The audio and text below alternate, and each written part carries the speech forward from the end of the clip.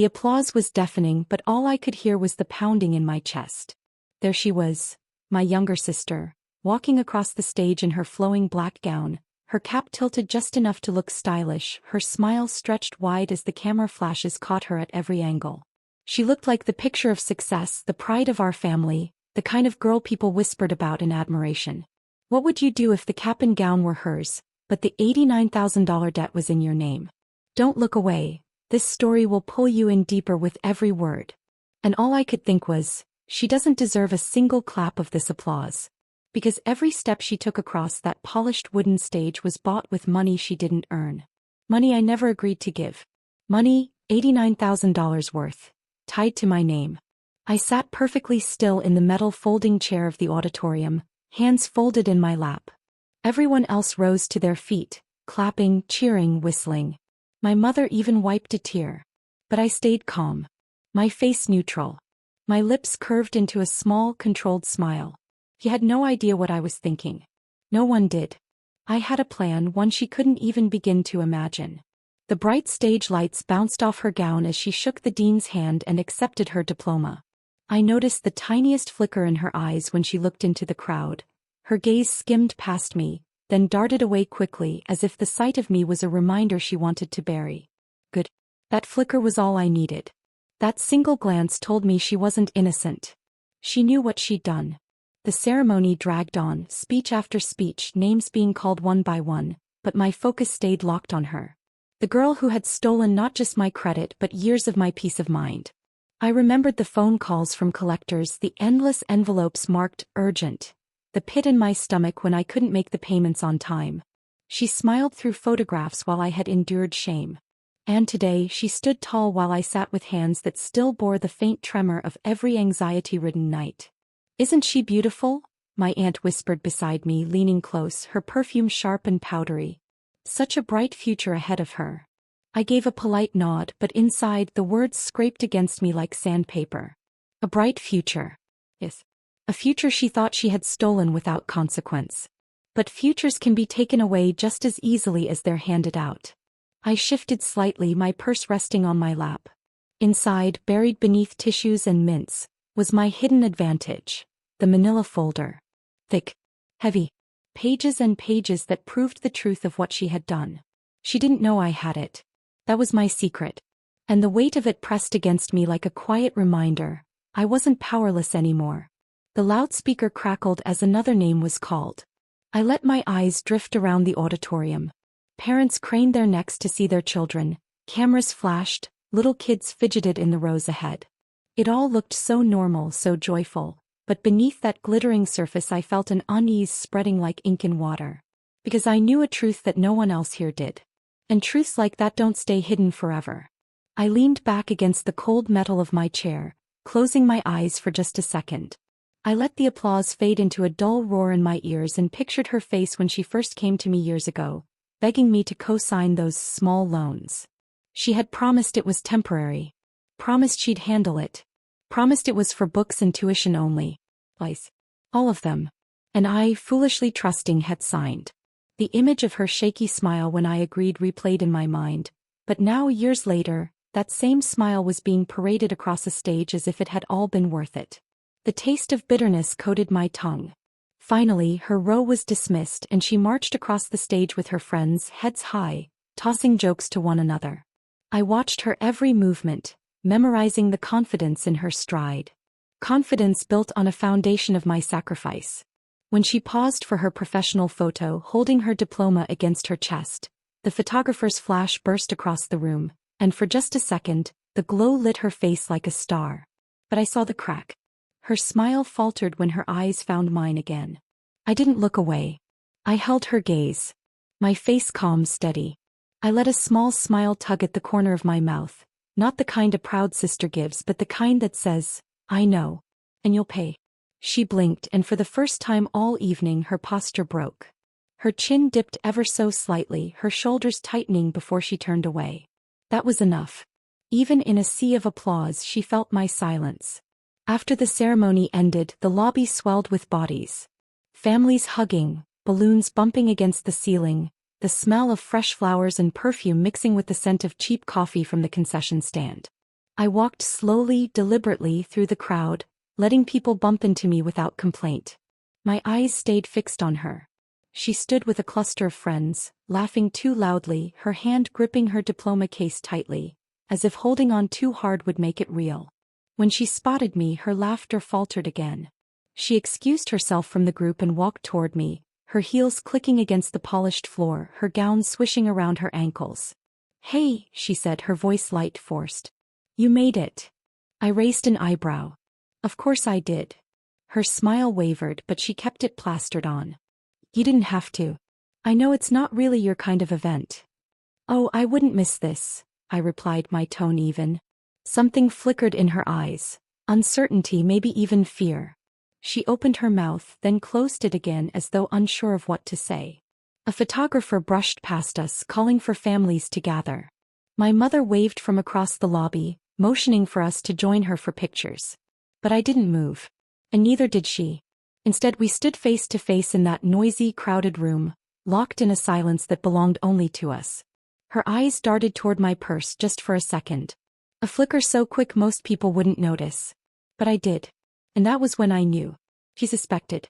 She didn't know what I had. Didn't know how much proof I'd collected. But she felt it. Like a shadow hanging over her shoulder, waiting for the right moment to fall. I let the corner of my mouth curve again into that same knowing smile. She swallowed hard, the sound barely audible over the chatter around us. And then, with her eyes glossy and her voice low, she whispered just loud enough for me to hear. "Please, don't ruin this for me." I didn't answer. Not then. The lobby buzzed with laughter and camera flashes, balloons squeaking against the ceiling tiles, families pulling graduates into tight embraces. But in that moment the world narrowed down to just her and me, standing inches apart. Her smile stayed frozen for the crowd, but her eyes betrayed her, wet, wide, pleading. I tilted my head slightly, gave her the faintest smile, then walked away toward the exit. I could feel her hesitation, the way she half-stepped after me but didn't dare follow. Not in front of everyone. Not yet. That was the first victory. By the time I reached home, the evening air had cooled, leaving the driveway damp from a short drizzle. I slipped off my shoes and set my purse on the kitchen table, the manila folder sliding against the wood with a whisper. My house was quiet, just the hum of the refrigerator and the ticking of the clock above the stove. I poured myself a glass of water, but my hand trembled as I held it. Not from fear. No, I was long past being afraid of her. It was from adrenaline, from holding in the storm that wanted to break free during the ceremony. And then came the knock. Urgent. I didn't need to look through the window to know it was her.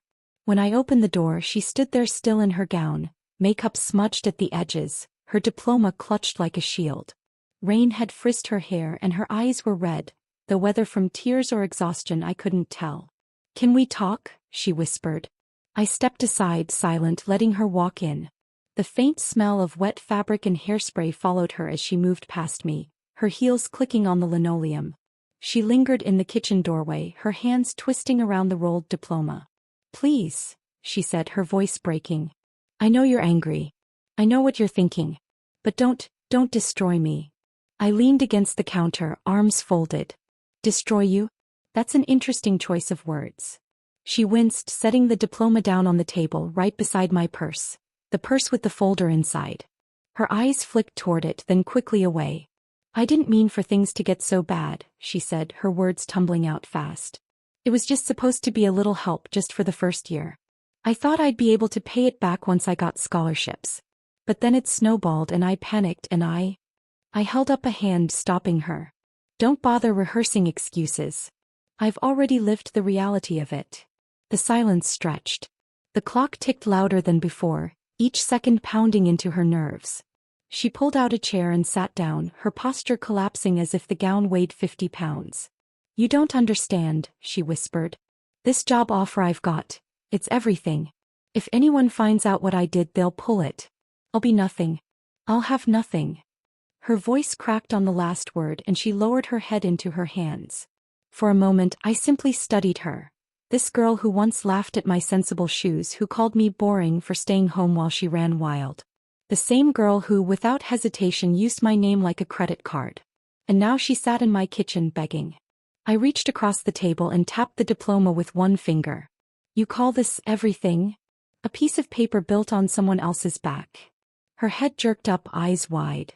I worked hard for this. The studying, the exams, the long nights. I earned it. I let out a dry laugh. No, you borrowed it. And you borrowed it from me.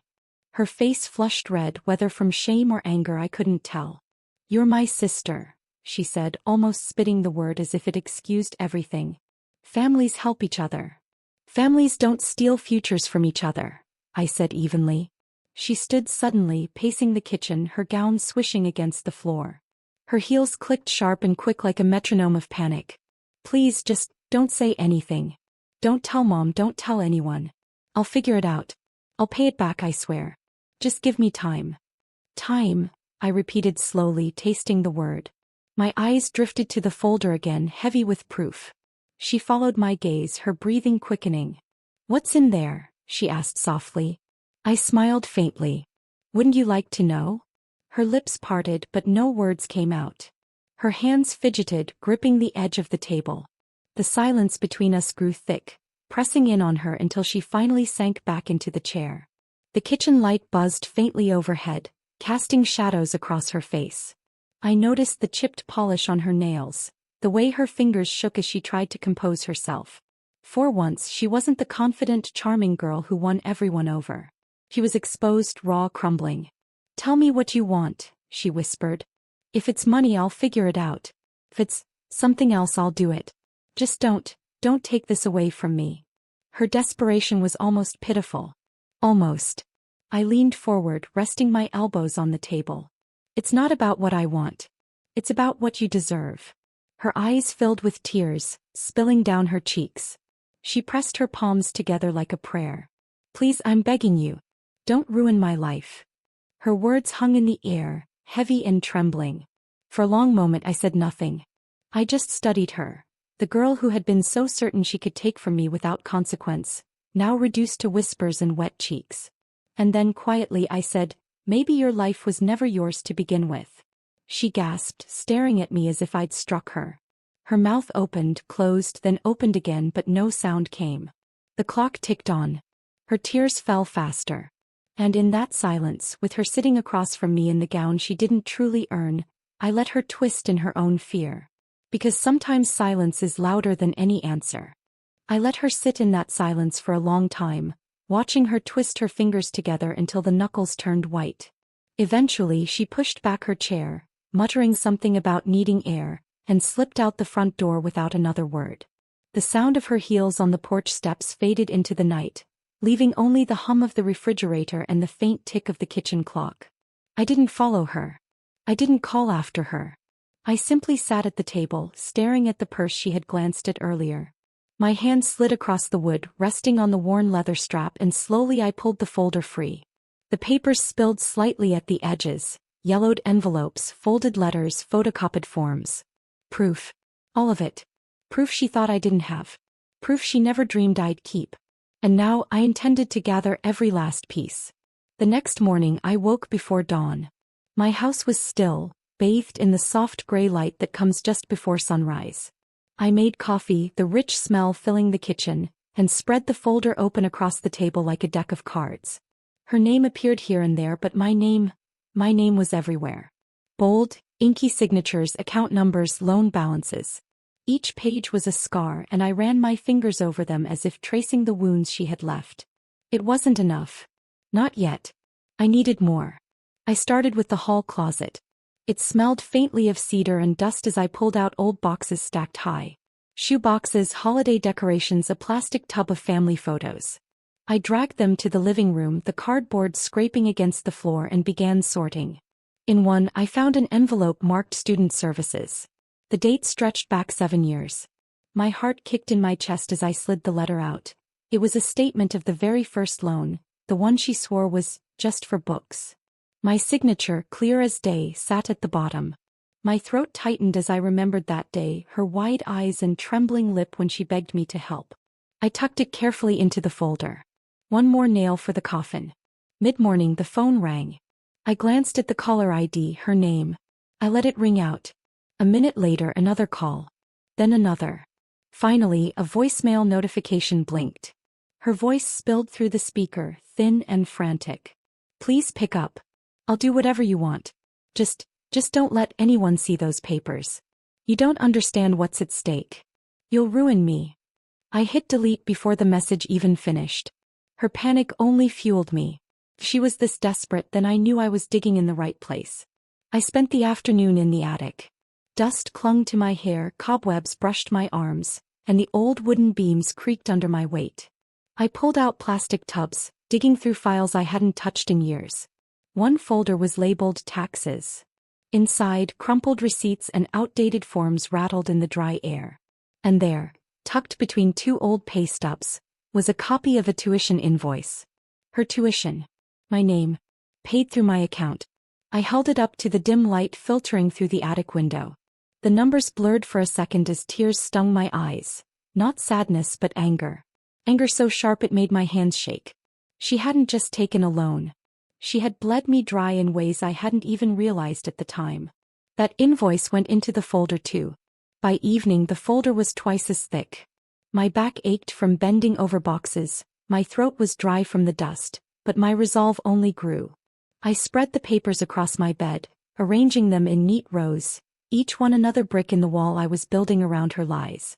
And as I looked at them, a memory surfaced, one I hadn't thought about in years. It was the night she came home drunk from a party, slurring words about how lucky she was that I always cleaned up her messes. She had laughed then, throwing her shoes in the corner and collapsing on the couch.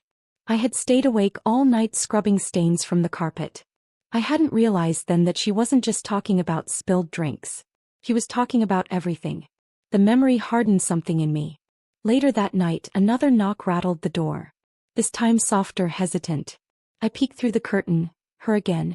She looked smaller somehow, her gown gone, replaced with jeans and a wrinkled sweater. Her hair was pulled back, her face pale. I didn't open the door. Instead, I stood there in the shadows, watching her press her forehead against the frame, whispering through the wood. "Please sis, don't do this. I know I messed up, but you don't know what it'll cost me. Just burn it all, please. Burn it." The words stuck with me as I listened to her footsteps retreat down the porch. She thought I might destroy the evidence. She thought I was still the forgiving sister she once manipulated. But she was wrong. I wasn't burning anything. I was gathering. The next day I visited the bank. The old building smelled faintly of floor polish and paper, the air cool and sterile. I asked for old statements, pretending I needed them for personal records. The teller didn't question me, just clicked her keyboard and printed out years of transactions. And there it was again. Payments I never authorized. Accounts linked to her name through mine. I thanked the teller politely, tucked the stack into my folder, and walked out into the crisp afternoon air with a strange calm settling over me. The proof was no longer just mine. It was official. Unshakable. He had no idea how deep this went. That night I sat at the kitchen table again, the folder beside me heavier now. I poured myself a cup of tea, the steam curling into the dim light, and opened the first page. My eyes traced the signatures, the dates, the balances. Every page was a weapon. And I wasn't afraid to use them. For the first time in years I didn't feel like the victim. I felt like the one holding the cards. And as the clock ticked on I realized something important. The begging she had done in my kitchen wasn't the end. It was only the beginning. I knew it the moment I saw her the next morning. She was standing in the grocery store parking lot when I pulled in, pretending to be busy loading bags into her trunk, though the cart beside her was nearly empty. When her eyes caught mine across the lot, she froze. For a heartbeat she looked like a deer in headlights, caught, cornered. Then her shoulders stiffened and she forced a smile that didn't reach her eyes. I didn't smile back. I simply walked past her, keys in hand, and the silence between us said more than words ever could. But even from the corner of my eye, I saw her falter. Her hand trembled as she shoved a bag into the trunk. It was already starting, her carefully built world cracking at the seams. That afternoon the phone calls came again. Not frantic this time. Desperate. "Please," she whispered into the receiver. "I'll pay you back. I'll figure it out. Just don't take it further." I listened, my hand steady on the phone, though my heart thudded like a drum. "You already took it further," I said softly. "I'm just catching up." The silence that followed stretched long, broken only by a shaky inhale. Then she hung up. I set the phone down almost gently and looked at the folder on the table. The proof sat there like a loaded weapon. And for the first time I wasn't afraid of using it. The changes in her life began small. Barely noticeable to anyone else but glaring to me. At church on Sunday she avoided my pew, sitting 2 rows back. Her laughter, usually so loud and eager, was hushed, clipped at the edges. She kept glancing toward me as if expecting me to stand up and announce everything right there in the sanctuary. I didn't. Instead, I shook hands with neighbors, bowed my head during prayer, and walked out with calm steps while she trailed behind, eyes darting nervously to every face. Her fear was blooming in silence and I let it. On Monday she came knocking again. This time in the middle of the day when the sun was high and the cicadas buzzed loudly outside. I opened the door but only halfway.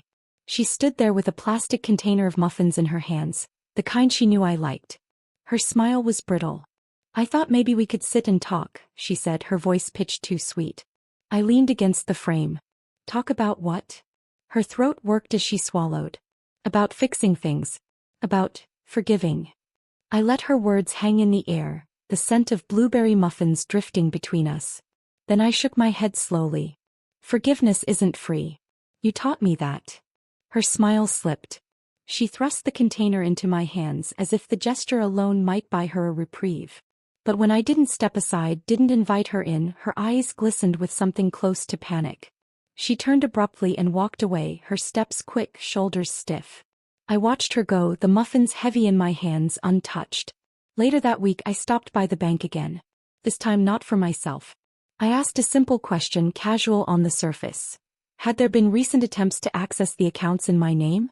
The teller nodded, flipping through a screen. "Yes, actually. But they were flagged. Someone tried to withdraw last Tuesday." My pulse quickened. Of course she had tried. Of course she thought she could slip one more handful from the jar before I sealed it shut. I asked for the printed record and the teller obliged. The slip of paper felt like ice in my hand, another crack in her foundation. She didn't know I had it yet. But soon she would. The first real slip came 2 days later. I was in line at the pharmacy when I overheard 2 women chatting behind me. They mentioned her name, their voices lowered but not enough. "She was crying in the parking lot yesterday," one said. "I heard she's having money troubles," the other whispered. Can you imagine? After all that show at the wedding. I pretended not to listen, but inside something sharp twisted. Not satisfaction exactly, something heavier. Because for all the pain she caused me, it still stung to hear her unravel in public. But then I remembered the folder at home. The years of silence she forced on me. And the sting dulled into resolve. This wasn't cruelty. This was justice. That evening she showed up again, but not at my door. To my work. I was shelving books in the back of the library when I felt a presence behind me. I turned and there she was, eyes red-rimmed, her voice cracking as she whispered, "Please stop this. People are talking. You're ruining me." Her words were sharp, accusing, but her tone was begging. I set the book down slowly, meeting her gaze. "I'm not ruining you. I'm just shining a light. You built this house of cards, not me." Her face crumpled for a moment, then hardened. "You'll regret this," she spat before spinning on her heel and storming out. The words echoed in the quiet room long after she was gone. But instead of fear, I felt a strange calm. If threats were all she had left, then she truly was slipping. By the weekend, the cracks were visible to everyone. She missed choir rehearsal. She skipped lunch with friends. At the grocery store, she avoided eye contact altogether, rushing through aisles as though shadows were chasing her. And all the while, I moved through my days with a steady rhythm. Work, errands, quiet evenings at home, while the folder of proof rested on my table like a silent guardian. I didn't need to expose her outright. Not yet. She was exposing herself. One night, close to midnight, the phone rang again. I almost didn't answer, but something in me wanted to hear her voice. When I picked up, all I heard at first was breathing. Then softly, "I don't sleep anymore. Every time I close my eyes, I see your face. Do you hate me that much?" I sat there in the dark, the clock ticking on the nightstand. Finally, I whispered, "I don't hate you. But I won't protect you anymore." There was a sharp inhale, then the line went dead. I set the phone down and lay awake, staring at the ceiling, wondering if she understood yet. That this wasn't about hate. It was about truth. The next morning, a letter arrived in the mail. No return address, just my name scrawled across the front. Inside was a crumpled check signed by her, for an amount so pitiful it was almost insulting. Attached was a note. "This is all I can manage right now. Please, I'm begging you." I stared at the shaky handwriting, at the desperate scrawl. The check was worthless compared to what she owed, but it wasn't the money that caught me. It was the fear behind every pen stroke. Her world was collapsing piece by piece, and she knew it. That night I sat at my table again, the folder open, the check beside it. I poured myself tea, steadying my hands as I thought. For so long she held the power, her charm, her lies, her manipulations. But now she was the one watching the walls close in. And I was the one holding the light. It was strange, the calm that settled over me once I realized it. For months, no years, I had lived in the shadow of what she did, always shrinking, always biting back the words I wanted to scream. But now, the silence no longer belonged to me. It belonged to her. And she knew it. I decided that morning it was time. I gathered everything. The folder, the printouts from the bank, the worthless check she sent, even the scribbled note. Each piece was a thread, and together they formed the tapestry of truth she had tried so hard to unravel. I slid them into an envelope, sealing it with steady hands. The gift she could never return. I didn't take it to the authorities, not yet. No, this wasn't about law, not anymore. This was about her, about me, about every whispered lie that hollowed out my trust. So I carried it to her doorstep. She opened the door slower this time, like she already knew what I had come for. Her hair was unbrushed, her eyes swollen from sleepless nights. For a moment she just stared at me, her lips parting as though to beg again. But I raised the envelope between us and her words died on her tongue. "What is that?" she whispered. "Everything," I said. "Everything you thought I'd never see." She reached for it, hands trembling, but I pulled it back. "No," I told her. "You don't get to take this from me. You don't get to bury it." Her face crumpled. She sagged against the doorframe as though her body had finally given up the fight. "Please," she breathed, her voice raw. "Don't destroy me. You don't understand." But I did understand. Too well. "You destroyed me first," I said softly. We sat at her kitchen table, the same place she once laughed over wine while stealing behind my back. Only now the air between us was heavy, suffocating. I placed the envelope in front of her but didn't let it go. "Look at it," I said. Her fingers hovered, then slowly tore the seal open. One by one she pulled out the papers. The withdrawals, the forged signatures, the note with its pitiful plea. Her eyes filled as she stared at the evidence of her own hands. When she finally looked up at me, her face was pale, broken. Why couldn't you just let it go?" I leaned closer, my voice low but steady. "'Cause you never let me live. Every day you smiled in my face while stealing behind it. Every night I wondered if I was crazy for doubting you. You made me question myself until I didn't recognize who I was anymore. And now," I gestured at the envelope. "Now the truth is yours to live with. Not me." She sobbed, clutching the papers to her chest like they were a lifeline instead of a noose. "I'll fix it," she begged. "I'll pay you back, I'll make it right." I shook my head. "You can't. Not anymore. Because money wasn't the debt. Trust was. And trust, once broken, doesn't return. That was the gift she could never return." I stood then, pushing my chair back. She reached out, grabbing my wrist with surprising strength. "Please. I'll lose everything. Everyone will know. I'll have nothing left." Her grip was icy, desperate, but I didn't flinch. I looked her in the eye, letting her see the woman she created, the woman who no longer feared her. "You already have nothing," I said quietly. "Because you lost me." I pulled free and walked toward the door, but before I left I placed one last piece of paper on the counter. Not evidence this time, just a copy of a letter I had written to myself years ago, the night I first realized she had betrayed me. In it I had poured out my grief, my anger, my loneliness. I left it there as a reminder of what she had taken, of what she could never give back. Her gift to me had been betrayal. My gift to her was the truth. Neither could ever be returned. The days that followed moved like a slow unraveling. She didn't show her face in town. Neighbors whispered when her curtains stayed drawn, when her garden went untended, when her pew at church sat empty. The woman who once lived in noise and laughter had fallen into silence. Me. I didn't gloat.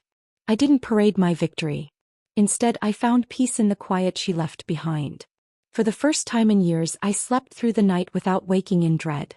For the first time, I looked in the mirror and saw not a victim but a survivor. But the final moment came weeks later when she appeared at my door one last time. Her body looked smaller somehow, her frame hunched. She held nothing in her hands, not muffins, not checks, not excuses. Just herself. She stood there in silence until I asked, "Why are you here?" Her lips trembled. I wanted to say goodbye. I studied her face, searching for the sister I once trusted, once loved. But all I saw was the shadow of a woman who had destroyed us both. So I nodded. Goodbye. And I closed the door. That was it. No grand confrontation, no final explosion. Just the quiet slam of a door that should have been shut long ago. She faded from my life after that. Moved away, some said. Others claimed she stayed hidden in her house, a ghost of herself. I didn't ask, didn't follow. Her world was no longer mine to watch. Because I had finally stepped out of hers. In the end, my revenge wasn't loud or bloody. Didn't need to be. It was the silence she couldn't escape, the truth she couldn't bury, the gift she could never return. And as I sat on my porch in the evening light, a cup of tea warming my hands, I realized something I never thought I would. I was free. Her betrayal gave me pain, but my truth gave me peace. And that was the one gift she could never return. If this story gripped your heart, imagine the one still waiting to be told. Subscribe now and join me for more unforgettable stories of revenge, betrayal, and strength.